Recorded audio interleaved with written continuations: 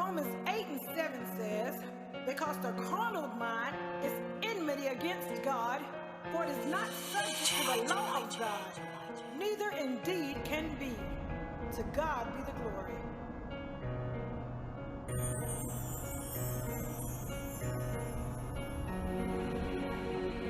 Lord, I'm asking you to fill this place. My life is like an empty space. Trying hard to be like you. Lord, I need your guidance and strength to pull through. When I realize you're all I need, that's when I made the choice to be free. Temptations and battlegrounds, coming fast, working hard, trying to get me down. Along with cotton. It was a diversified operation that ran entirely on bound black labor, regularly abused and working for no pay. Yeah, thank you so much. Valdosta, as we all know, was the seat of Lowndes County, just miles to the east of Kinderlou. The city, our city, was founded 1 month after the election of Abraham Lincoln and 4 prior to Georgia's secession. After the war, the town became a cotton farming hub for South Georgia, the bulk of former slaves in the region turning to sharecropping to survive. But while sharecropping was a value added for landowners without the resources for acquiring state contracts for revenue.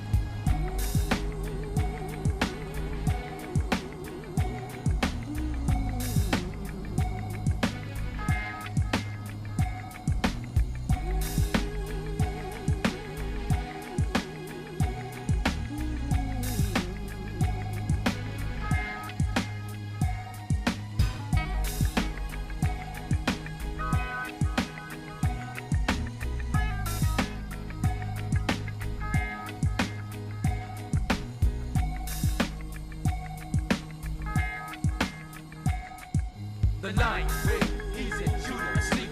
I wonder who will wake him, bring him to his feet. Speak now or forever hold your peace. There's a night where he's in Judah asleep. I wonder who will wake him, bring him to his feet. Speak now or forever hold your peace.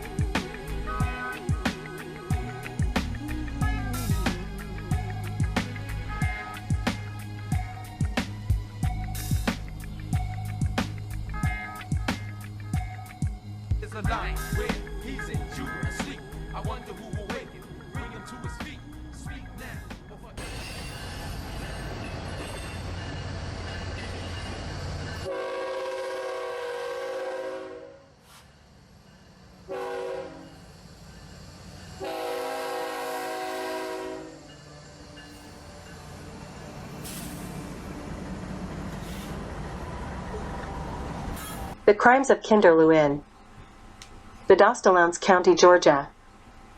Convict Leasing in Valdosta, Georgia 229-333-5947. Aiello at valdosta.edu website of info. Dr. Thomas Aiello. Professor of History. PhD in History. University of Arkansas, 2007. PhD in Anthrozoology. University of Exeter, United Kingdom, 2021.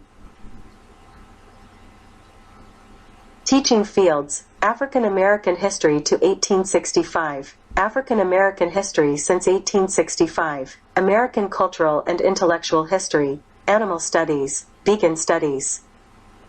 Thomas Aiello is a professor of history, Africana studies, and anthrozoology. He received his first PhD from the University of Arkansas in 2007 and his second from the University of Exeter in 2021. The bulk of his courses relate to all measures of African American history, from early slavery to Black Power, and all aspects of animal studies. His research interests are broader, covering 20th century United States cultural and intellectual history, 20th century African American cultural and intellectual history in a variety of different settings, and animal studies, critical animal studies, and anthrozoology. You can learn more at www.thomasaiellobooks.com. He is the author of Practical Radicalism and the Great Migration, A Cultural Geography of the Scott Newspaper Syndicate, Athens, University of Georgia Press, forthcoming. The Art of Deliberate Disunity, The Life and Times of Louis E. Lomax, Durham, Duke University Press, 2021. Brath, Cecil Alum. Color Us Colored. The American Negro Leadership Official Coloring Book, Editor and Annotator, Jackson, University Press of Mississippi, 2021. The Trouble in Room 519, The Life and Times of Gordon Malherbe Hillman, Author and Murderer, Money, Matricide, and Marginal Fiction in the Early 20th Century, Baton Rouge, Louisiana State University Press, 2021.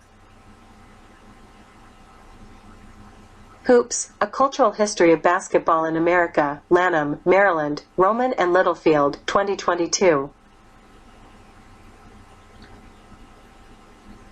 The Grapevine of the Black South, The Scott Newspaper Syndicate in the Generation Before the Civil Rights Movement, Athens, University of Georgia Press, 2018. Dixie Ball, Race and Professional Basketball in the Deep South, 1947 to 1979, Knoxville, University of Tennessee Press, 2019. New Orleans Sports, Playing Hard in the Big Easy, Fayetteville, University of Arkansas Press, 2019. The Battle for the Souls of Black Folk, W.E.B. Du Bois, Booker T. Washington, and the Debate That Shaped the Course of Civil Rights, Westport, Connecticut, Prager, 2016. Jim Crow's Last Stand, Non-Unanimous Criminal Jury Verdicts in Louisiana, Baton Rouge, Louisiana State University Press, 2015. Model airplanes are decadent and depraved. The glue-sniffing epidemic of the 1960s, DeKalb, Illinois, Northern Illinois University Press, 2015. Curlin, Robert T. The Voice of the Negro, 1919, editor, Lewiston, New York, Edwin Mellon Press, 2013. The Devil's Messages, Language and Contested Space in 20th Century America, San Diego, California, Cognella, 2013. The Kings of Casino Park, Race and Race Baseball in the Lost Season of 1932, Monroe, L.A., Tuscaloosa, University of Alabama Press, 2011. Lawson, David. Paul Morphy, The Pride and Sorrow of Chess, editor, Lafayette, Louisiana, University of Louisiana at Lafayette Press, 2010. Bayou Classic, The Grambling Southern Football Rivalry, Baton Rouge, Louisiana State University Press, 2010. Burley, Dan. Dan Burley's Jive, editor, DeKalb, Illinois, Northern Illinois University Press, 2009. He is also the author of more than 50 peer-reviewed articles on American history, anthrozoology, critical animal studies, philosophy, religion, linguistics, and culture, copies of which are available at www.thomasaiellobooks.com. The Ghetto Free Press social media reporting.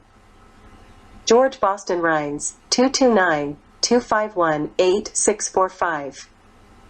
Bostombre@gmail.com. YouTube channel Bostombre. Facebook, George Boston Rhines. Motto, we report what others ignore on behalf of the public right to know without the whiteouts by those in the clique and among the slicks. St. John 8:32, St. Luke 4:18. Lasty, don't talk about the dream, but start working the dream, for faith without work is dead.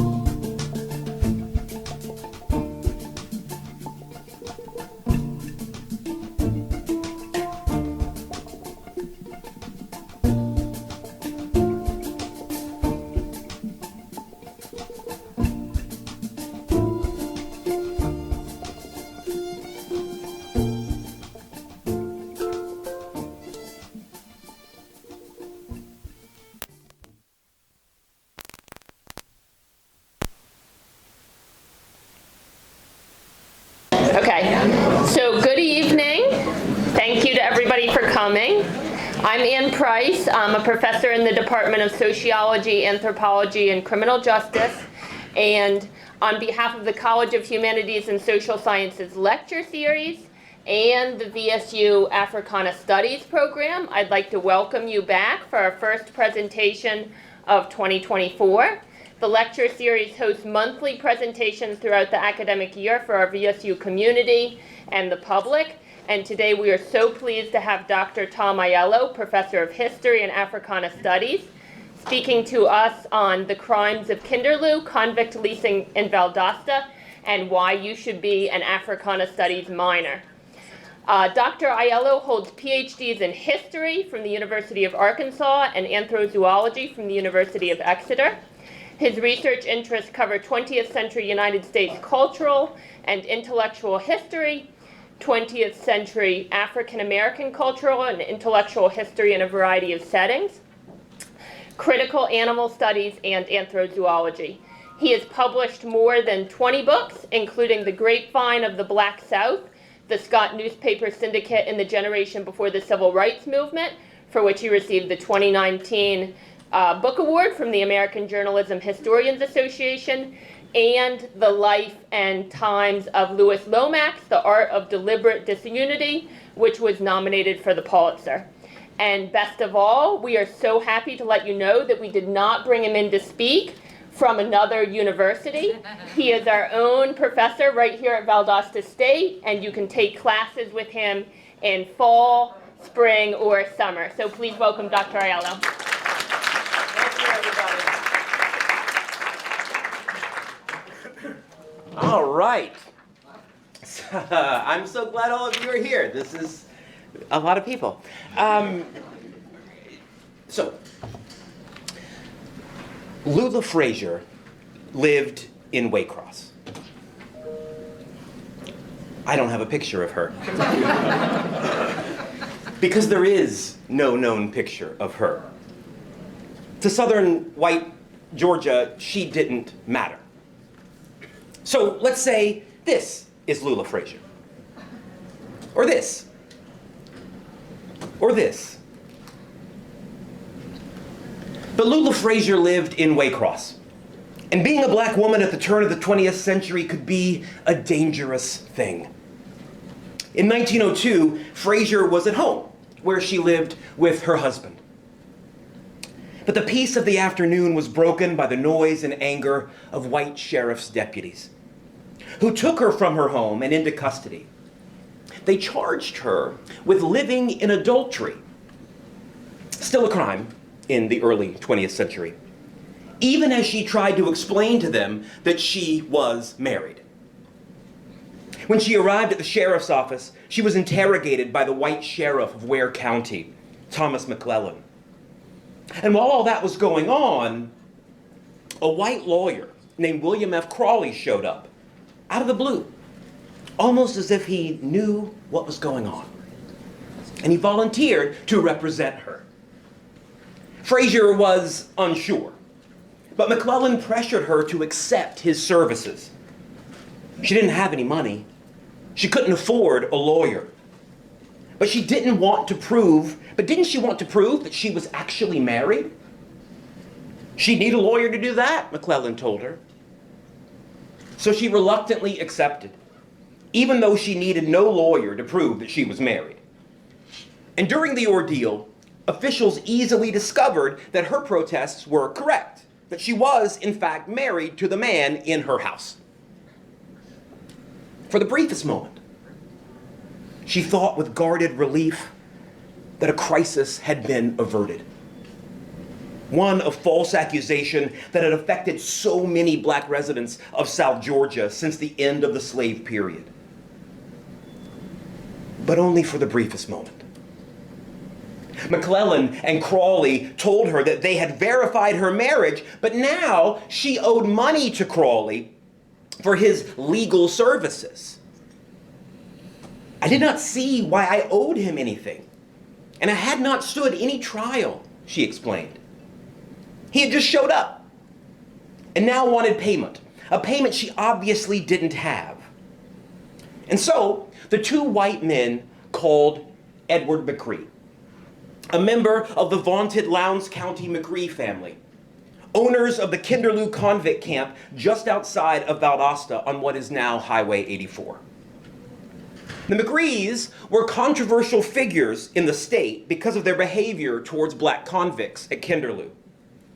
But they were scions of the local community. Edward McCree, for example, had just won a seat in the state legislature to be Lowndes County's representative, where he would serve 3 terms. So McClellan and Crawley wired the McCrees to come to Waycross for woman. The McCrees agreed to pay $50 to acquire Frazier, then took her back to Kinderlou to work her in bondage for 9 months.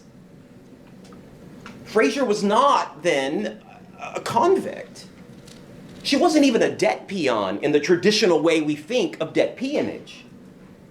She was taken to Kinderlou after intentionally being tricked into her own bondage.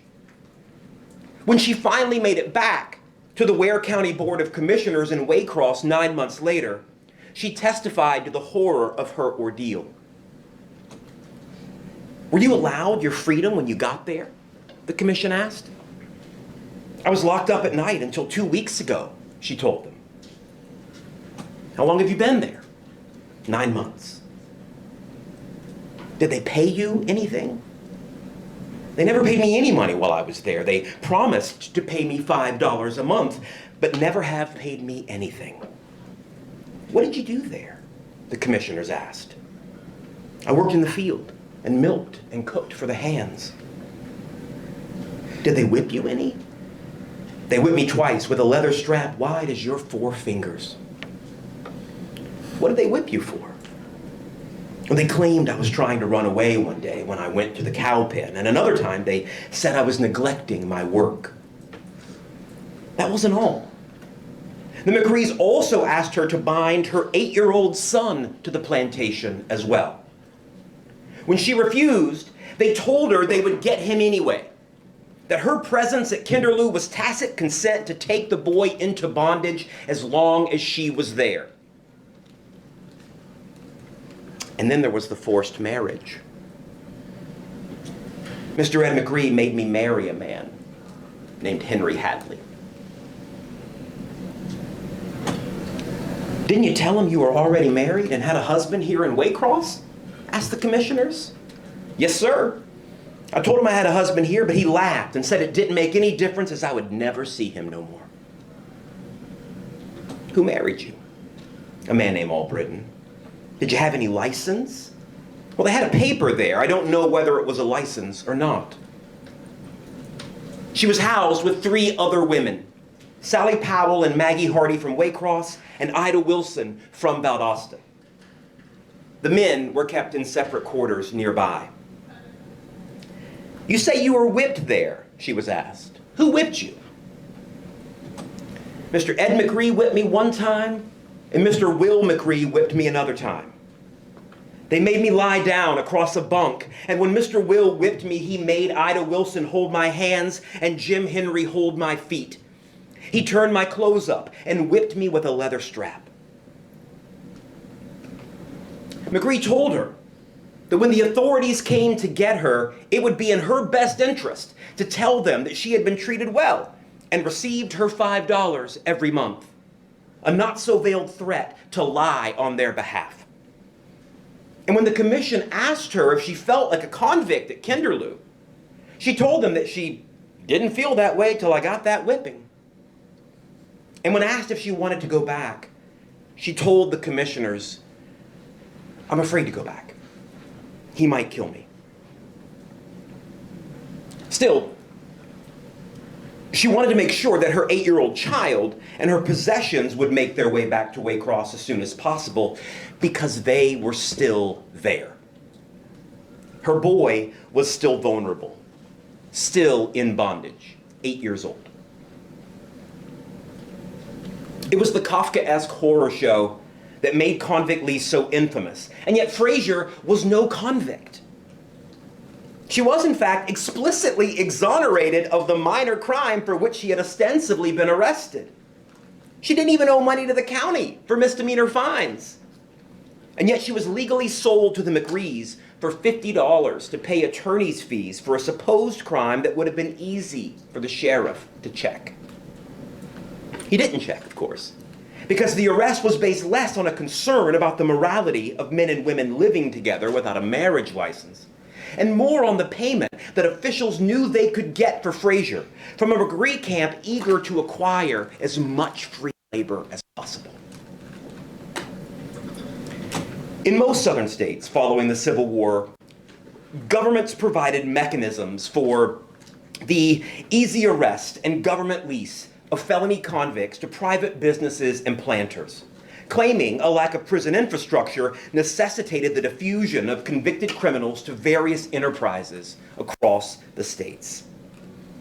In reality, of course, the effort was a scheme to reimpose a version of free-bound labor after the constitutional death of slavery. In Georgia, debt peonage, the closest approximation of what happened to Lula Frazier. And felony convict lease worked together with the state doling out prisoners under contract with a select number of corporations and large planners to house its felons, and the counties allowing local operators to pay the fines of misdemeanants to use as their own form of bound labor on more limited terms. In the 1880s, however, that dual state-county system incorporated two new elements. The first was the development of a new version of county chain gangs to build a road infrastructure in a decidedly rural area. The second element, incorporated into the carceral infrastructure in the 1890s, cast less of an historical shadow, but would be even more sinister in its operation. A phenomenon that would become the bane of officials already unproblematically running a racialized for-profit bound labor system. Beginning in 1892, private misdemeanor camps would proliferate at the county level, wherein misdemeanants sentenced to a year or less in jail would be leased to local planters, turpentine operations, or sawmills for another version of convict lease in microcosm, with the exception that unlike felony convict lease, such private misdemeanor camps were subject to no oversight, no inspection.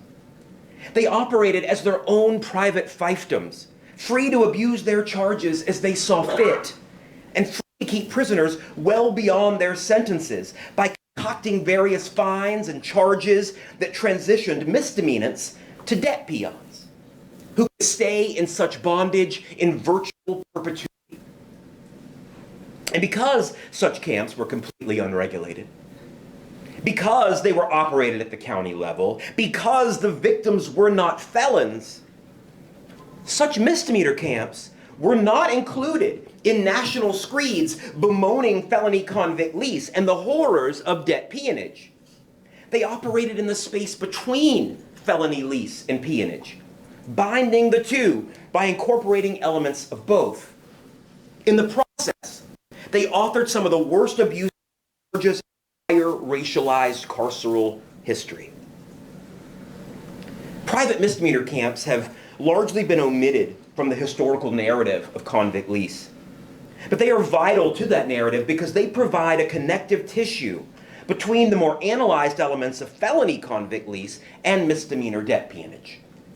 They were the ghost in the machine, a violent middle ground that hid in plain sight, leaving a lack of state oversight that forced the incarcerated themselves to work with federal prosecutors to seek relief and to publicize the abuses going on in the region. It was a resistance to slavery a half-century after slavery had officially run its course. And it was successful. Several federal cases were brought in the Northern District of Florida and the Southern District of Georgia that created anti-peonage precedents and brought national attention to the plight of black-bound labor in what became known as the nation's turpentine belt. Georgia would eliminate its convict lease system, both felony and misdemeanor, in 1908, in part because of the pressure brought to bear by those cases. And many of those cases centered on the South Georgia misdemeanor convict camp called Kinderlou. Located in Lowndes County, near the Florida border and owned by the notorious McRee family. The various branches of the McRee family had descended on the area from Virginia and North Carolina, purchasing the land that would become Kinderlou and building their antebellum wealth with slave labor. The man who would become the patriarch of the postbellum family, George McRee, would serve in the Confederacy before coming back to his Lowndes County plantation, where he would continue to use black labor, some former slaves with nowhere to go after emancipation. But most convicts worked as de facto slaves. In an effort to regain a version of the free labor that they had lost during the war, Southern states began creating a variety of new laws, or turning former misdemeanors into felonies, so that they could arrest former slaves, then use a lack of prison infrastructure to lease those slaves out as bound laborers. It was an insidious system. and one that George McCree openly took advantage of. By 1890, he had more than 8,000 acres of land and 4 sons to divide it when he died in 1900. Their mother had died young, and George McCree's sister Lou had moved in to help raise the children. In honor of her, the plantation became known as Kinderlou, which translates in German as Children of Lou. But it wasn't simply a traditional plantation. There was a turpentine still, a cotton gin, a crate factory, a dairy, a cigar factory. They farmed truck crops along with cotton. It was a diversified operation that ran entirely on bound black labor, regularly abused and working for no pay. Valdosta, as we all know, was the seat of Lowndes County, just miles to the east of Kinderlou. The city, our city, was founded 1 month after the election of Abraham Lincoln and 4 prior to Georgia's secession.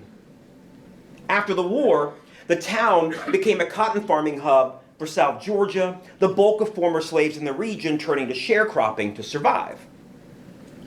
But while sharecropping was a value added for landowners without the resources for acquiring state contracts for felony convict labor, county officials understood that creating a free labor pool more mobile than the proto-feudal tenant system that kept farmers tied to land plots and didn't leave room for the kinds of diversification that entrepreneurs like the McCrees wanted to enact was a value added to the local economy. Thus, to help farming and industry develop and thrive, Valdosta and Lowndes County would, in the 1880s, begin the process of arresting small-time black offenders and sentencing them to fines that could be paid by influential white planters, giving those planters a labor force that they could move around as needed for various enterprises, rather than waiting and hoping that a farm tenant or sharecropper would have a healthy crop that would yield some measure of profit. This was a guarantee. It was a galling, overtly racist use of the criminal justice system, and it was a standard of the Deep South white supremacy that enveloped both the state and region.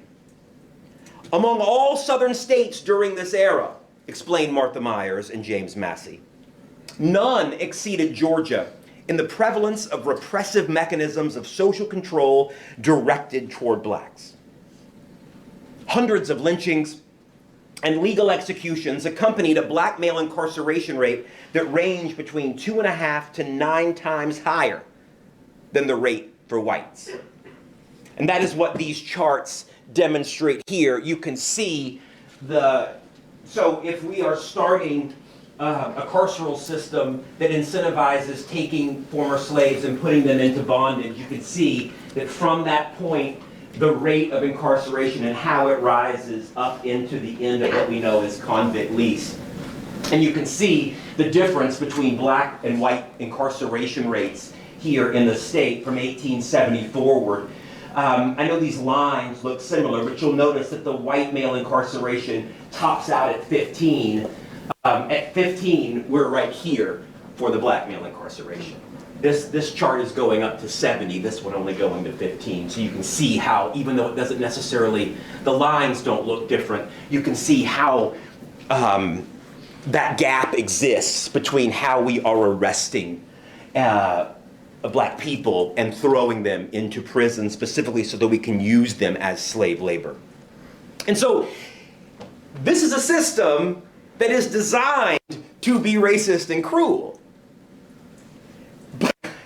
But even in a system designed to be racist and cruel, however, the McCrees were so abusive that they even ran afoul of that standard.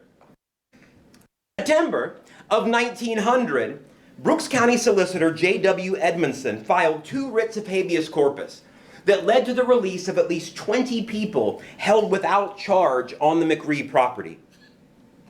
Edmondson traveled to Atlanta to file charges against the McCree convict camp with the State Prison Commission, complete with affidavits from black victims and prominent white members of the community.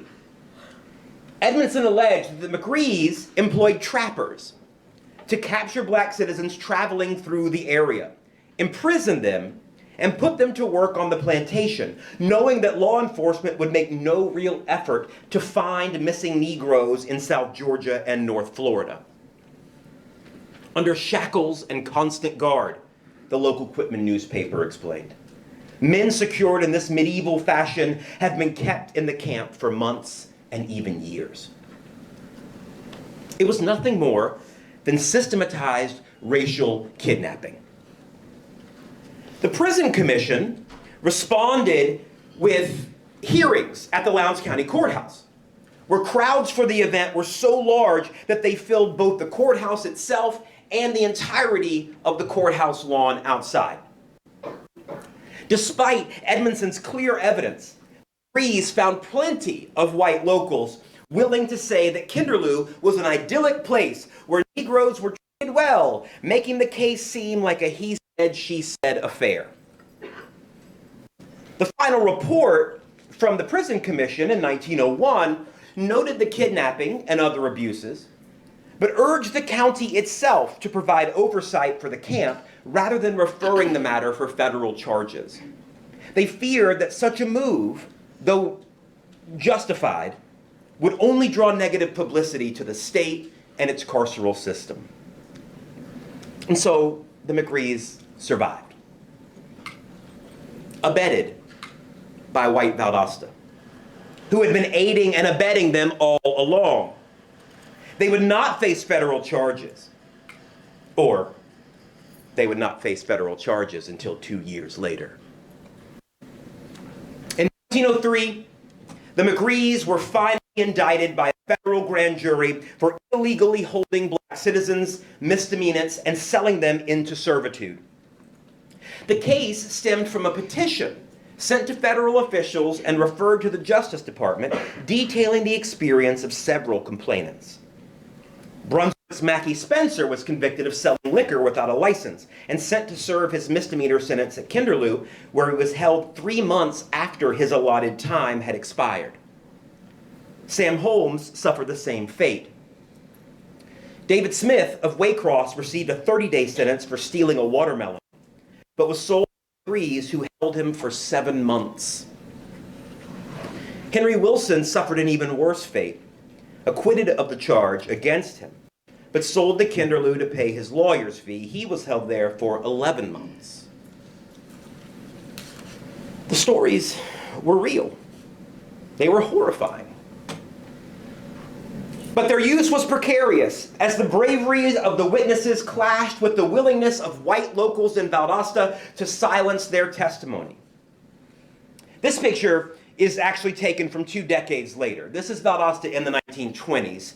But I'm using it here to demonstrate the general racial attitude of whites in the town. The prosecutor's plan was to pretend to drop the matter until convening the grand jury, because they knew white Valdosta would try to stop them. Then the attorneys would return from Savannah with a lot of blank subpoenas, bringing in witnesses, keeping them in Savannah for grand jury testimony, and then holding them until the trial in protective custody so that white Valdosta could not come and kill them. What that tells us is that federal officials knew that the McRees were not acting alone, that white Valdosta aided and abetted the murderous kidnapping that took place at Kinderlou, and that it would intimidate or kill witnesses that might potentially stop the practice. The benefit to prosecutors was that the trial would be held in Savannah, in this building here, away from the corrupted Lowndes County Courthouse, in front of federal judge Emery Spear. The geography of that and the tenacity of Spear ultimately forced the McRee brothers to plead guilty in federal court, each accepting a $1,000 fine, which would be just over $35,000 in today's money. It was Spear's most influential ruling on the bench. The operation at Kinderlou by 1903 was, in the words of Douglas Blackman, operating on a scale no antebellum slave owner could have comprehended. But for all of the horror produced by Kinderlou, the McRees, the white officials of Valdosta, the real heroes of our story here tonight are those black victims willing to testify in the face of that system. We began the evening by meeting Lula Frazier, who was, like so many others, arrested but never tried for a crime. Even white media in South Georgia was appalled at Frazier's story. She was rightly seen as a victim of the most violent aspects of the Southern apartheid state. But for our purposes here, it's important to also see her testimony as an act of resistance. Her son was still in bondage. The threat to her and others that she loved was still real, and yet she willingly testified against her captors. And that threat was undeniably gendered in its application. I'll give you another example to demonstrate. This one proving that the dangers to black women could come even from presumably friendly sources. In December of 1903, a black Valdosta physician named Maurice Hugh Cobb was arrested by federal marshals on a peonage charge after claiming to be a girl's legal guardian and selling her to the McRees at Kinderlou. Cobb was one of two black doctors in Valdosta, a widower at a young age. In 1901, he married his second wife, and the two moved to a large house on South Patterson Street where they rented rooms to black boarders needing a place to stay in the segregated city. This is not that house. This is the Prescott Hotel, which was also on South Patterson Street, but this is 2 blocks away from where this house would have been. Lula Durham was only 15 years old. I don't have a picture of her either, because she wasn't considered important enough to have pictures of, just like Lula Frazier. So let's say this is Lula Durham, or this, or this. So Lula Durham was only 15 years old, on her way to White Springs, Florida, home in Vienna, Georgia. Boarding house run by Cobb. Seeing an opportunity, however, Cobb accused Durham of sleeping with a local man and used the charge to blackmail the girl, telling her that he would forgive the affront if she paid him $25. She didn't have the money. And so he and a partner, another black man named George Hart, called Frank McRee, claiming that Durham had been a patient of his medical practice who owed him the $25 for his medical services, which is all just made up. He, Hart, and McRee then pressured the girl to agree to serve time at Kinderlou to pay her supposed debt, keeping her in bondage for 3 months. Durham's mother hired a lawyer to attempt to free her, but they were forced to fight not on the blackmail charge, but instead on the manufactured claim of restitution for medical services. Ultimately, the mother had to pay the McRees 3/4 of her quote-unquote debt before her daughter was released. The stories are horrifying. And it was precisely that horror that drew the charges. Peonage itself was sanctioned by the state. Instead, it was Cobb's collusion with the McRees to abuse the system. And this was not the only time he had served as a functional agent for the McRees in kidnapping black travelers and sending them on for a cut of the profit. It was his collusion with McRees to abuse the system, not the system itself, that brought him under legal scrutiny. For all of these abuses, the system went unquestioned. Cobb and Hart received federal charges and appeared before Judge Emory Spear, same judge, in Savannah. This sort of thing is bad enough, he argued, when done by white people toward a member of your own race. But it is a great deal worse when done by colored people, he told them, in a case finally decided in March of 1905. I am afraid if you had remained in Africa, that you would both have become leaders of bands of slave catchers who swoop down on the unprotected kraals of the Hottentots or Congo and seize the defenseless people and bear them off to sell them into slavery.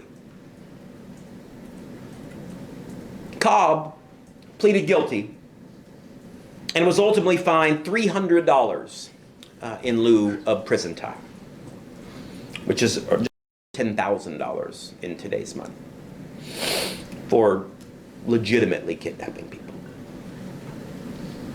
100 years later, Angela Davis explained that black women endured the cruelties of the convict lease system unmitigated by the feminization of punishment. Neither their sentences nor the labor they were compelled to do were lessened by virtue of their gender. Frazier experienced those cruelties, however, with a decided feminization of punishment. Her vulnerability all the more pronounced because of the sexual outlet she could provide to rapists unwilling to countenance her humanity, and the satisfaction she could give to a new husband foisted upon her as part of her supposed punishment. We don't know about Durham's vulnerabilities on this count, but it's fair to say that we can speculate. Frazier's case was unique in that it became a national story. Durham's never did. What media accounts didn't understand, however, was the dependency of such peonage and kidnapping actions on the maintenance of private misdemeanor convict lease and the lack of state oversight that allowed such abuses to happen. For all the horrors of traditionally understood felony convict lease camps, and they were certainly horrible, Frazier's ordeal would not have happened there without conviction and direct purchase from the state. But here, Frazier's case wasn't the exception, it was the rule. And yet the case brought against the South Georgia peonage and misdemeanor convict scheme focused on abuses within the system, rather than on the existence of that system itself. And because of that lack of focus, that white desire to protect the system that it was charging, Speer gave the McRees $1,000 fines, allowing the other counts to rest during good behavior, he argued. Even though federal peonage charges were misdemeanors, by definition, had Speer been less charitable, the counts amassed against the McRees carried a total potential of $65,000 in fines and up to 65 years in prison. That none of that actually happened stood as a testament to the real obstacles resistors like Frazier faced when choosing to put themselves in harm's way to engage in such testimony. This was a criminal trial that promised Frazier no financial restitution for her ordeal, and yet she was able to alert the nation to the existence of such camps, even though media reports got them wrong and amalgamated felony convict lease and misdemeanor convict lease as the same functional thing. Federal Judge Speer, though, did have a role in making the case into a cause célèbre. What hope can the respectable Negro have? What incentive to better effort or better life if he, his wife, his daughters, or his sons may, in a moment, be snatched from his humble home and sold into peonage? Still, the judge fined those involved $1,000 each, didn't give them any jail time, and later reduced those fines.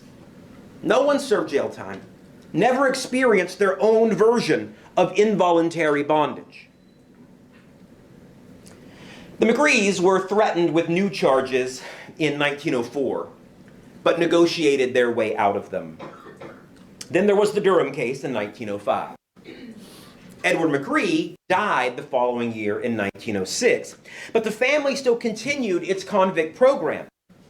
The negative publicity of such abuses, however, had worked on state legislators. In 1908, the convict lease system in Georgia, taking effect in 1909. In April of that year, as one of the last payments as part of one of the most insidious systems in American history, the McCree estate was charged $5,617.11 as the last payment made for felony convicts before the formal end of the convict lease system. Felons, of course, were still used as bound labor after 1908, but they were used by counties on chain gangs for public road work. They were no longer in private hands like those of the McCrees. That system also had many problems and much violence associated with it. But at least it wasn't Kinderlou. As for the McCrees, their fortunes dwindled after losing their slave labor. They eventually sold most of their land to the G.B.R. Company, who in 1946 sold most of that to South Carolina's Taylor Colquitt Company. It was at the time one of the largest regional real estate deals in decades and began the company's and the city's interest in the telephone pole industry, an interest that would remain an integral part of the Valdosta economy into the 21st century. Much of that land would then be used to build an upscale subdivision. That the majority of Kinderlou's residents today are now white and relatively wealthy, and the majority of the residents of what is now the Valdosta State Prison, 8 miles away, are now black and relatively poor, seems, if nothing else, on the nose. The geography has shifted, but the realities of carceral life are, in many ways, very similar. And it is with that geography that I'd like to close with a message in particular to our students who are here tonight. We are, here at VSU, surrounded by a violent racial geography. Mary Turner was murdered off exit 29 on I-75. The crimes of Kinderlou happened just off Highway 84. The last murder of the 1918 race riot happened at a house that still stands on South Troop Street. The tree behind the gas station just west of the new Quick Trip off exit 18 was a lynching tree. Down by the railroad tracks downtown, a white policeman and his son beat a sleeping black man to death in the early 1950s, bringing some of the first federal civil rights charges ever submitted by the federal government. We are inundated these days by racial violence, by racial controversies. But all of them exist within a historical geography that surrounds all of us. It is around us every single day. And we can't understand the things that happen today without understanding how we got here. Our Africana Studies minor can give you the kind of grounding that will allow you to see the town and the state, the country, the world around you with more knowledgeable eyes. When we live in a place like this, with a history like this, it is more necessary than ever. You should all come join us. It's only 15 hours. It's a minor for your degree, and more importantly, it is context for your life. It helps ensure that the crimes like those of Kinderlou never happen again. Thank you very much, everybody. Convicts that the Kinderlou has taken are adults, and some of them are very small children. And these are all essentially proto-slaves in the early 20th century. 50 years after slavery has technically ended. And this is just right outside of the city limits on I-84, on Highway 84. So, while we look at that, does anyone have any questions that I might be able to answer for you? Yes, sir. I have a question, but more in the form of a comment. I just take this opportunity. I'm going to get to free press, and I have 2 million views on my channel on YouTube, and you all can see this video on Boston G.B.R. on YouTube. But here's what I want to say to my black brothers and sisters. Often we criticize white people because of what happened in the past. I've been doing civil rights work since 1975, and I will assure you that when we go to I go to presentations such as this. There may be a black doctorate or whatever professional that speaks, but the white Caucasians have done so much work to go and dig up what was hid. And in some cases, if it was not for the white folks, people would never know this because we couldn't get behind the closed doors to get the information. I have accompanied white people. That's true. I stayed in the hallway. They went in and got the information. But when they brought it out about the Mary Turner lynching, I tell you, it was a piece of cake. And I just like to give all the Caucasian people who have a right mindset to dig history and to assist black folk along with white folk who want to do what's right to move this country forward. Thank you very much. Absolutely. I'm all for Caucasians. Go Caucasians. Absolutely. Big fan. Big fan.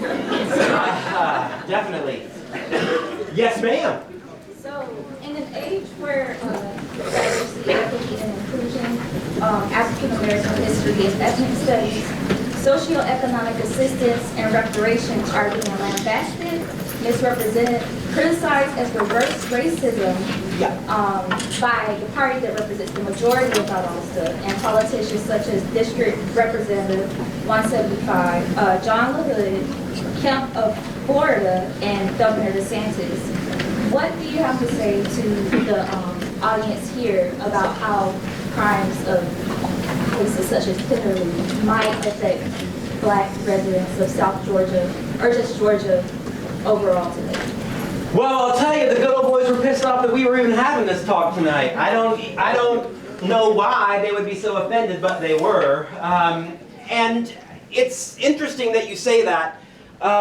So first of all, for our students, there is no such thing as reverse racism. That is not a concept that exists in the world. You cannot have racism without power, and white people have power. The idea of reverse racism is stupid. The first time somebody says that, don't ever trust anything else they say. They don't know what they're talking about. But you're right that these things come under criticism quite a bit. And I think what we have to do as students and as scholars, we have to parse the bitter with the better. Because I think you can make a decent argument against some of the things that we on our particular side of the political aisle do. There is an argument to be made against, I don't know, affirmative action. It's not a good one, but you can make one that's legitimate. That's not one that I agree with, but you can do that without being a bigot. You can make an argument against affirmative action. You can make a good argument against reparations without being a bigot. Now, what we have to do is take arguments on face value. We cannot judge these people because of their background. We need to judge them on the quality of their arguments. And if they make a good argument, argue with them. If not, you can dismiss them as racists and bigots, but there are arguments against a lot of these things that aren't terrible. And so what we need to do is to do for them what they have never done for us, and that is try to strongman their arguments and to see if you can make anything out. And doing that, I think, is the way to maintain our sanity in these kinds of ad hominem attacks. The reality is the vast majority of people who take my black history classes are black. And it's not because our white population of students is racist. It's just because many of them don't assume that that's for them. Because they have come from a climate that says, well, that's for somebody else, that's not for me. And so all those people who end up making absurd claims about color blindness and all this other ridiculous stuff that makes absolutely no sense in the world are doing so not necessarily out of a place of hatred. They're doing it out of a place of ignorance, because they've never been exposed to anything that really has happened here. And so our job, as people who study this stuff, is to get it out to as many people as possible. During slavery, an average white person in South Georgia never moved 20 miles from where they were born. They had a circumference of 20 miles, that was it. They never left anywhere else. They didn't know any other life. And because anti-slavery literature was banned in the region, they had no reason to know the arguments against the way society was. They just assumed that was the way it was because they didn't know any different. They, in a way, were victims too. And the vast majority of them didn't actually own slaves because they were poor. They were bigots. But they were bigots because they didn't know any better and they had never had information to tell them otherwise. Our job is to ensure that everybody has as much information as possible. Because if you don't have the information, you have an excuse. But the minute you know what really went on, it's on you. And you do become a bigot. And you do become somebody who is a legitimately bad person if you don't acknowledge what actually happened because you knew it and you chose to ignore it. And so our job is to force that issue, to use the kinds of research that we gain to put people in a position to make those decisions. And not all of them are going to make the decisions that we want. And on certain issues, reparations, things like that, there are arguments. That you can make good arguments that I don't happen to agree with against those things. But on other things you can't. On the idea of equity, you can't. And if you know what happens in history, it takes away all of those excuses from the other side. Our job is to let them know. And to let them know with, I think, relative sympathy, because they are in an information bubble that doesn't allow them to learn the kinds of things that are actual, historical facts. Yes, ma'am. Yeah. I know you stated that knowledge is important, and also taking it back off of what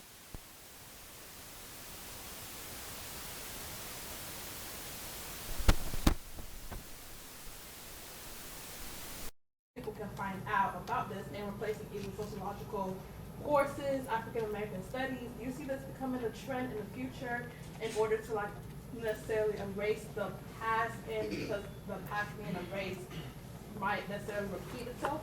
Do you see this becoming a trend? Well, it's going to become a trend, and it's already becoming a trend throughout a lot of the South and a lot of what we would think of now as the West. Mm-hmm. That is becoming a trend, to be sure. But here's the thing. Historically speaking, those people never win. Historically speaking, the people who try to suppress information, the people who try to make their argument by making sure you don't know all the facts, they're always the bad guys. There's never been one time in history, never, when somebody has said, all right, we've got to keep this information from them because if they know it, they will try to be more equal. That person has never been the good guy.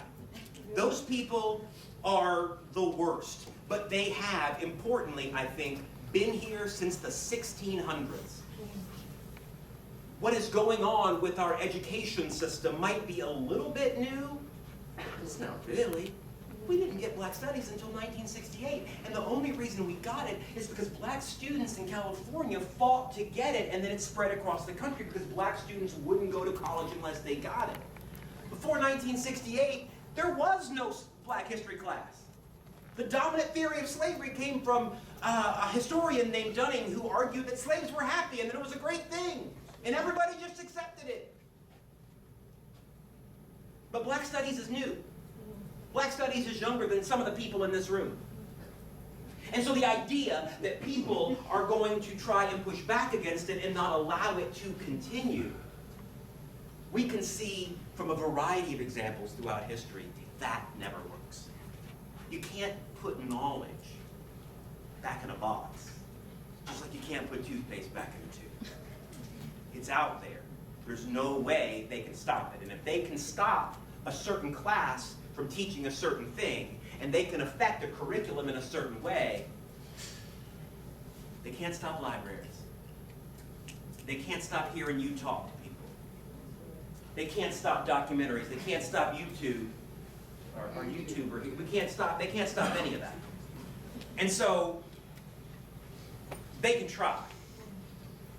And no matter what kind of wins they have along the way, the one thing they won't win is that.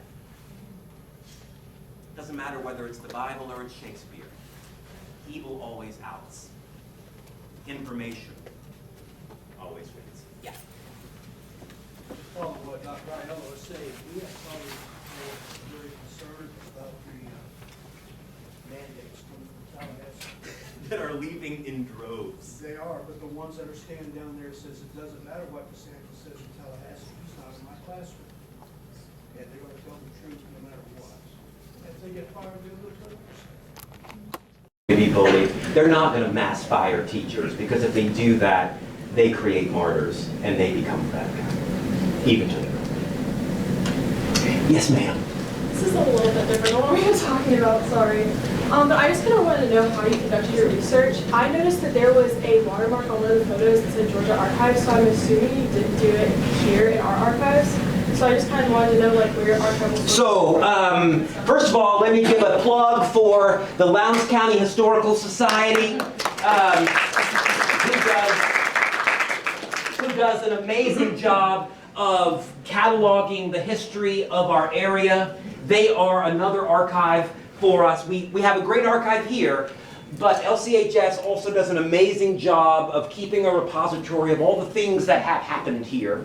And yes, the Georgia State Archives in Morrow, just before you get to Atlanta, they're on the Clayton State exit on I-75, are an amazing resource. It is there that you can find both Georgia's repository for the National Archives and the Georgia State Archives, which have all kinds of things. I was able at the Georgia State Archives to find all of the lease reports that were turned in, all of the investigations, all of the memos sent back and forth bemoaning Kinderlou and what it was doing to Georgia's reputation.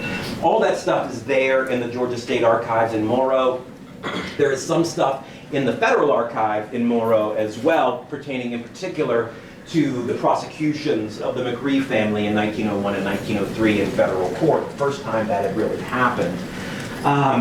So yes, there are lots of different avenues to us, and we are positioned in a really good place to be able to do this kind of research. The turpentine belt that I mentioned is all of South Georgia and all of North Florida, where turpentine was a big concern. The McRees are notorious, but they are not the only ones.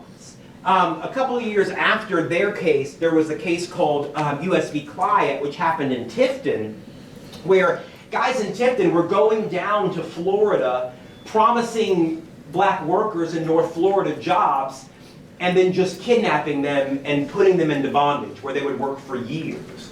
And they got busted too, precisely because of the original McRee prosecution. We didn't really have time to talk about that. And so there are prosecutions going on in Pensacola and Savannah, the home of the Northern District of Florida and the Southern District of Georgia. And so there are also great archives that deal with a lot of our area in Tallahassee. The Florida State Archive in Tallahassee also has a lot of our stuff, just because we're in their orbit so much. And so there are lots of great avenues for us to do research that are relatively easy for us to get to. The information is out there, and if you are interested in doing projects on these kind of things, I promise you, anyone in the history department, you can just come to us and we will point you in the right direction and show you how to do that kind of work so that you can find out these things on your own. I promise you it is rewarding. Yes, sir? You said you faced opposition, said this stuff. Kind of curious as to what kind. Dude, I don't even know. I mean, everybody was pissed off about this. Whenever somebody gets mad at something I'm doing, nobody ever comes and tells me. Nobody ever says anything to me. I just hear about it secondhand. Nobody ever wants to come and just say, hey. And so, apparently they didn't like our flyer at first, and then apparently it was, I don't know, it was being passed around the state legislature and they were pissed off about it. I don't know. This happened 120 years ago. I mean, Jesus, I have no idea. It was crazy. I mean, nothing here, I think, probably that you heard tonight seems subversive. I have no idea what they were mad about. I really don't. Yes, sir. I'm John Robinson, and I have an art exhibit on the second floor, and I'm concerned about how do we address the economic oppression that resulted from this today? That's a good question. The McRees lost all the wealth that they accrued from Kinderlou. They slowly started to die out in the rest of the 1900s and then into the 1910s. As they sold off, all of them moved to Valdosta, where they died in relative poverty. But you're right that Lowndes County, while they weren't making money specifically off of Kinderlou, while it was very much a private enterprise, they benefited from having wealthy landowners in the region. That's the reason why Ed McRee was elected to the legislature. I mean, he was indicted while he was a member of the state legislature.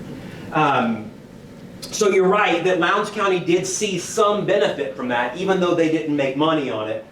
I think more appropriate to that conversation is what happens after 1908. Because it's after 1908 when Lowndes County starts actively taking all those convicts that they would have given to the McRees and putting them in county camps. They are the reason we have all of our state highways. All of our state highways were built with convict labor, and that our county clearly profited on. That is a direct, quantifiable way of determining the wealth that accrued to Lowndes County from bound black labor. That's something you could actually, I wouldn't exactly know how to do it because I am not a math person, but that is something you could actually put a number on. And I think what might be beneficial in that regard is to do that kind of work, to try to do the kind of work of what a man-hour was in 1910, and let's add up all the man-hours that were used from bound labor who never got paid, that were working for Lowndes County and living in these camps, added up and to do compound interest ever since that point. I think that's how you come to figures like that. I wouldn't know exactly how to do that just because no math. But it is doable. It is not really doable for Kinderlou because the value that accrued to the community is negligible. I mean, this was all for private profit, and that profit went away. That doesn't really exist anymore. But there are cases to make. We never had a, well, we did have one other convict camp here in what was called Lumbertown, which is now Bremerton. They had a convict camp there too. It didn't have as much negativity attached to it, and they only used convicts for 3 years. Theirs was a much shorter run because poor white people got upset because they needed jobs, and why are you using these convicts when you could just hire us to work there? So that didn't last terribly long, but we could do that for Bremerton for sure. I mean, they very much benefited from convict labor as well. There are ways to add those things up. And once we got into county camps, you had to submit reports every month. So we can actually track hours. I can't do that for Kinderlou. I can't track hours of work. I can't track the specific number of people that are there at any one time because they're not submitting reports. Because they're a misdemeanor convict camp, they acted outside of the recognized system. So I can't be that kind of granular with Kinderlou. But you could. You could with county road camps. You could with Lumbertown. You could with other places like that. I think it just probably would require a dual effort, maybe, of an historian and a mathematician getting together to try to figure out those numbers. Man, that would really make them mad. If I came up with a number, they need to say, then they'd really hate me. Yes, sir? One last question. Yeah. I know you're a historian. So I was wondering if you heard about Kendrick Johnson and that whole situation. Heard about it. Lived it. Lived it. His family was in my class when it happened. Oh my God. In middle school. Yeah. No, right. I'm curious what your thoughts about that, if you have any. Oh, I have lots of thoughts on Kendrick Johnson. I think everybody does. I mean, we all know who did it, and We all know that it was covered up, and the people who did it were not arrested specifically because they were friends of law enforcement. That case itself, though, I think is less important to us for the fact that it is a murder that went unpunished, and more for the historical legacy that it demonstrates. We have a lot of bodies around the county. A lot of bodies that were killed in incidents, some of them specifically racialized in the violence, and some of them racialized in the lack of punishment after the violence. Kenneth Johnson, I think, is important to us, partly because he deserves, justice. But historically speaking, I think he's important because he demonstrates that the kind of things that we talk about in here still matter. You can come to the history department and we will teach you all kinds of interesting things. You can take a class on the French Revolution. The French Revolution is awesome, very exciting, and you can learn all about it. But when you walk out of class, you don't have to think anymore about the French Revolution. French Revolution is interesting, but it doesn't play on your life every day. You go to a black history class and immediately you walk out the door, you feel the oppression that exists all around us. You live every day with microaggressions on this campus. Last semester, we had a teacher write the N-word on the board. Last semester, we had the baseball coach kick somebody off the team and then not get fired for it. We have racial stuff happen here all the time, and our black students go into black history classes and know that when they walk out the door after class, they no longer have a space where they can talk about that in mixed company, and they just kind of have to live with it. Kenneth Johnson is an indictment of us all, that this has happened and it is here, and it is a big version of what all the rest of Black Valdosta feels on a daily basis in much smaller doses. And it all stems from the same place, from the kind of history that allows places like Kinderlou, that allows events like the race riot of 1918 and the lynching of Mary Turner, that allows that ugly Klan picture from Valdosta that I showed you in the 1920s. I'm not saying that the people here now are in the Ku Klux Klan. Certainly they're not. Certainly there is some measure of quote-unquote progress that has been made. But when we deny the legacy of those things and the lived geography of race that surrounds us every day,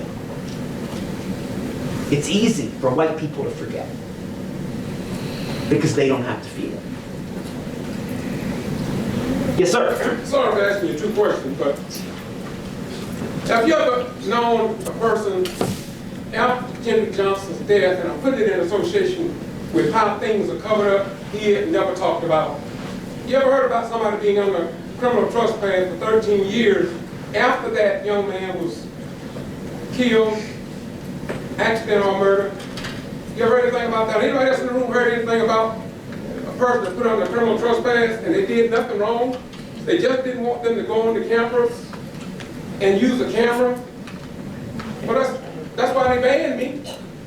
They didn't want the truth to get out. They knew that if those children talked to me, I was going to report it. And so what they did, the sheriff stopped me and said, you can't go to no Lowndes County High School private after KJ was killed. And do you not know that no news media, no newspaper, no radio, no television in Florida or Georgia ever published that I have been put under criminal trespass? And they sent me a letter telling me, we can't find nothing on you, but that wasn't the question. My question to them was, why don't you remove me in writing because you did it and now nobody did it? There's something strange about that KJ case. And I don't know why God allowed me to be put under criminal trespass, but I'm enjoying it every day. You gotta believe it. We call that good trouble. No, I think that's right. And I think that is a modern version of the $1,000 fine to the McCreeds. Let's just make this go away. We do not want this information out there. We benefit from silence. And so the way you get that silence is to make things a non-entity. You either keep thing, you keep information from getting out. And in these day and age, of course, we have cameras and things like that that they did not have then. Or you give people a slap on the wrist, let it go away. They have a conviction, but it's not the kind of conviction that's going to get national news because it's only a $1,000 fine. If the McCrees get 65 years in prison, all of a sudden, the story of Kinderlou is going to blow up nationally. That's going to be a huge deal. We don't do that. We chastise them, we tell them they're bad people, but then we give them a $1,000 fine. It's the same kind of thing. We have been working to create silences in our information stream for a long time. And that is the way we deal with ourselves and allow ourselves to feel like we are the good guy. Because make no mistake, everybody in all of these stories thinks that they are the good guy. No, we don't have any evil schemers. They all think they're right, even though they're usually not. Yes, sir? So now that we have this information and more people have information about some of the streets in Valdosta named after slaveholders, their families, even buildings on this campus named after families of slaveholders. Right. Where do we go from here? Now that this type of information is getting out there, what would you like to see happen for Kinderlou, for the street names, for the Confederate statue in our town square?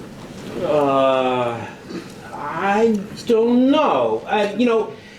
When historians write stuff, we're not thinking about that. You know, the argument here, which I know you guys don't care about as much, but the argument here is about misdemeanor convict camps in general, which have never been talked about in the historical record. And the reason to write this book was specifically to rewrite the historiography of convict lease, which isn't as sexy, I know, but is the reason why I did this, specifically to show that there is this third element that we never... Did I do that? I don't know. No, it's still up here. I just got tired. It's been on the same picture for a long time. I don't know. I don't know if somebody who spends his time looking backwards is really the most qualified person to suggest things looking forwards. We don't really go into our research thinking about things like that. I don't know if there's anything specifically that can come of the Kinderlou thing, except for a broader contextualization of how we got to where we are now. I don't think there needs to be any kind of public display of reconciliation or anything. I mean, the McCrees are long dead. You know, all these are all people that are long gone. But I think just knowing about it and making sure everybody else knows about it is the best we can do in those situations. And that's usually what historians' major goal is, just to get everybody to know. Yes, sir. Can I add a little bit more to that? Absolutely. So yeah, I would agree with you when it comes to like letting people around you know. I also think like seeing more people like actively look at the way that the system still is and kind of come together, start to organize and form ways to actually make direct changes to the things that you see are wrong around in society. So you said there's buildings that were named by around like slaveholders. Why don't we come together and establish that fact to someone who is higher up, get that building name changed? As a collective, you can do that. As an individual, you may not have so much power. But as you get more information, they always say the more you know, the better you do. So with the information we're all gathering, I agree, and I think that we should try to do better and try to organize and make a better change. I think that's fair. I think historians, we tend not to think along those lines because we're just looking backwards. But I think our goal is to give you that information so that people can take it and do something with it. That we are kind of doing the grunt work for you guys to go out and actually take this and, I don't know, do whatever you do. But you're right. I mean, there are certainly actionable items here in the kinds of things we talked about tonight. I'm not 100% sure what those might be exactly, because we spend most of our time just dealing with dead people. We're not great with people who are actually alive. we're far more comfortable with dead people. Yes, ma'am.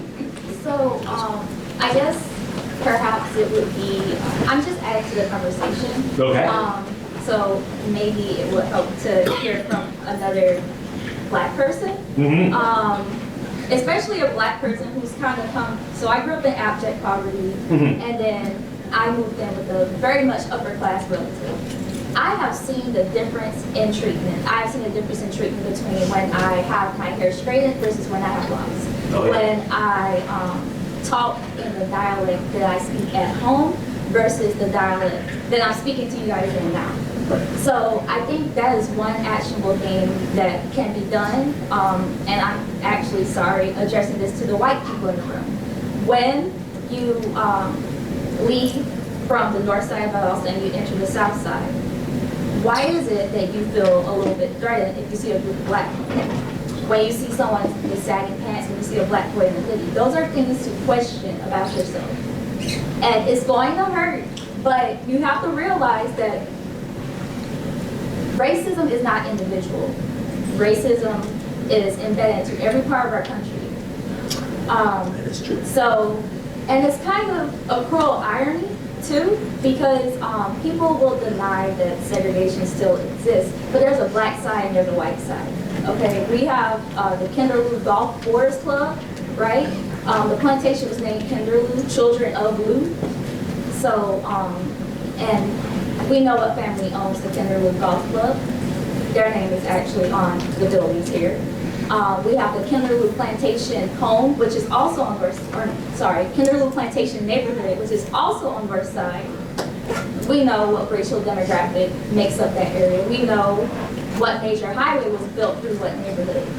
So, again, there are certain things that you can acknowledge, certain things you can start to question. It does not make you a bad person when you realize, I feel some type of way towards, you know, a woman who is talking, quote unquote, ghetto, you know. It just means that you grew up in America. The schools did not give you the tools to handle it. And you have the opportunity, and everyone has access to the internet now. You have the ability to make that change and start questioning those things yourself. So that's more so my comment. Start listening to and talking to Black people a little bit more too. Ones who aren't respectable. So that's the term. That's the term. I would be a respectable one. I've been told I'm not like other ones, but at the same time, I've also been called the N-word. I'm only 21 years old. So, yeah. That's true. That is certainly a reality for a lot of people. There is a divide between our Black college population here and the town population, who never really has those kinds of opportunities. W.B. Du Bois called that double consciousness, this idea that to be Black in America means you have to be two people at once. You are one person around your own people, and then you have to create these masks, what he called a veil, around mixed company. That was true from the earliest days of slavery, when slaves survived by pretending to be stupid in front of owners because that's what they knew they wanted, even though they were obviously very smart, knew exactly what was going on, all the way up till today. That has never changed. That code switching that exists for everybody that has to live as a minority in America, that is part of it. You're absolutely right, and that is definitional, and does end up creating rifts between, say, for example, the college campus and its quote-unquote quasi-respectability and everybody else who doesn't have those opportunities. Yes, ma'am. You just reminded me of, like when you said, the two different personalities. So my mom, she would say, well, my mom, she works at events in Cornell. And she works like at the front desk, so most of the time, like, them people would come up there with an attitude. And my mama, she would tell me, sometimes they'll either get Katrina with a K or Katrina with a C. No, right, absolutely. No, you gotta have both, right? You gotta have both. And it does condition how you respond to people. And there have been cognitive scientists who have shown us that it also conditions how your brain works. That your brain can actually work in two different ways depending on how you have code switched to engage in certain kinds of behavior. The kinds of code switching that people like me would never have to do. I can just be whoever I am, wherever I want to be. My brain doesn't go into that change. I don't have to do that snap back and have two separate cognitive ways of seeing the world because I've never had it ingrained in me in this double consciousness. And so we're not just talking about behavioral stuff. We're talking about actually switching brain chemistry for the bulk of the black population, particularly in the South, where there is a more critical mass of racial difference in a way that there isn't in some other places in the country. Yes, ma'am. Is there anything in your research that showed exactly where the McCree house was located? No. Well, yes and no. I'm probably not the best person to answer that.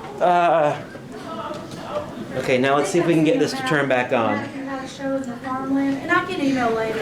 Yeah, and I have, and we have a map drawn for us by, that is available at, I don't know what happened. I don't know. It's not, I'm pushing. I'm assuming with 8,000 acres, it was both sides of the interstate. Or the Right. So what originally happened, so there was one major plantation house. When the guy dies, the land splits into four, and they build 4 plantation. So we're really talking about 5 kind of plantation mansions on the property.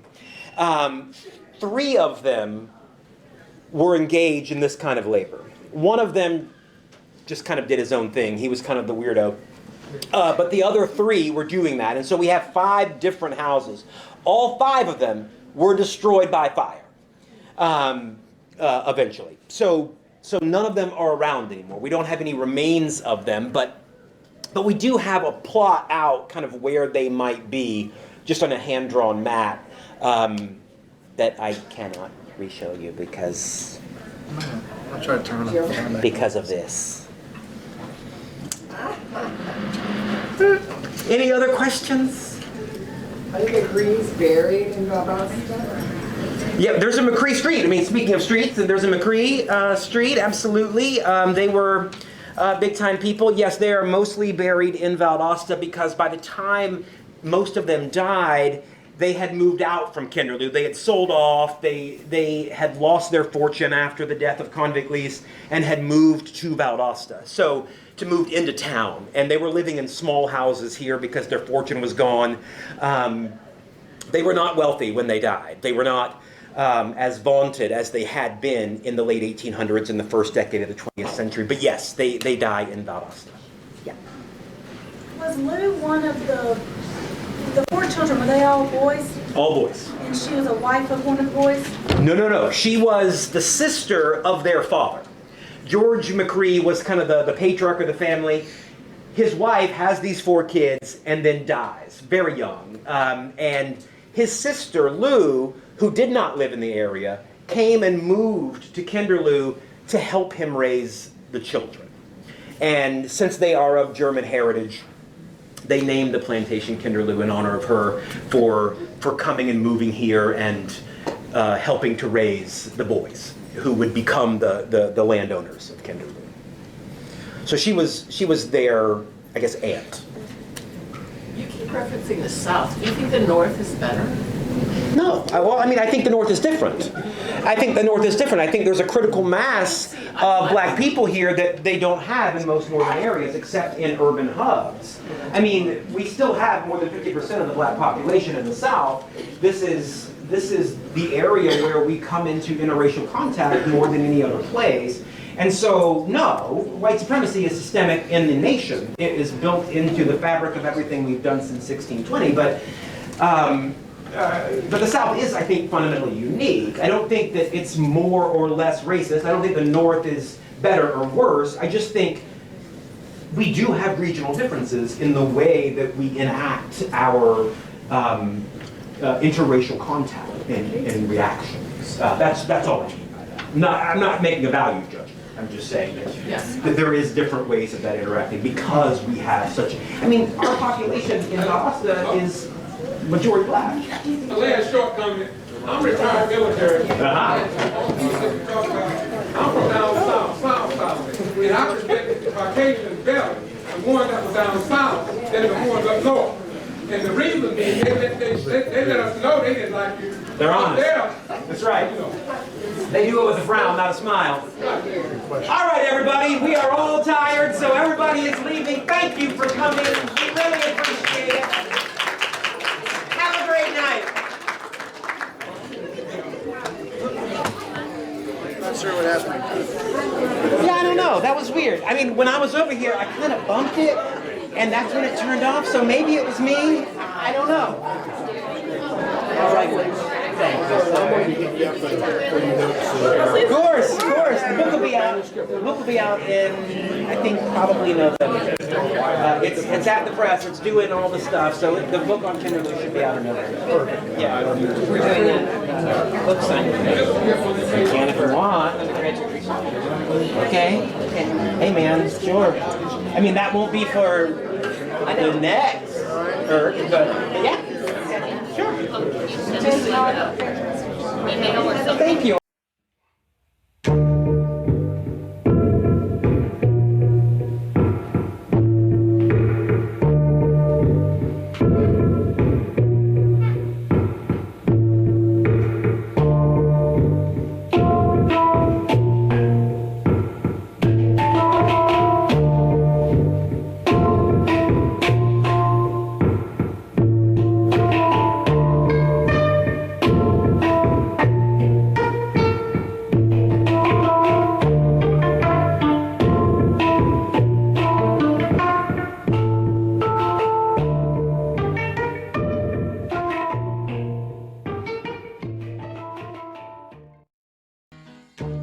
If I had 100 sheep and one of them got away, I would leave the 99 and go find that one.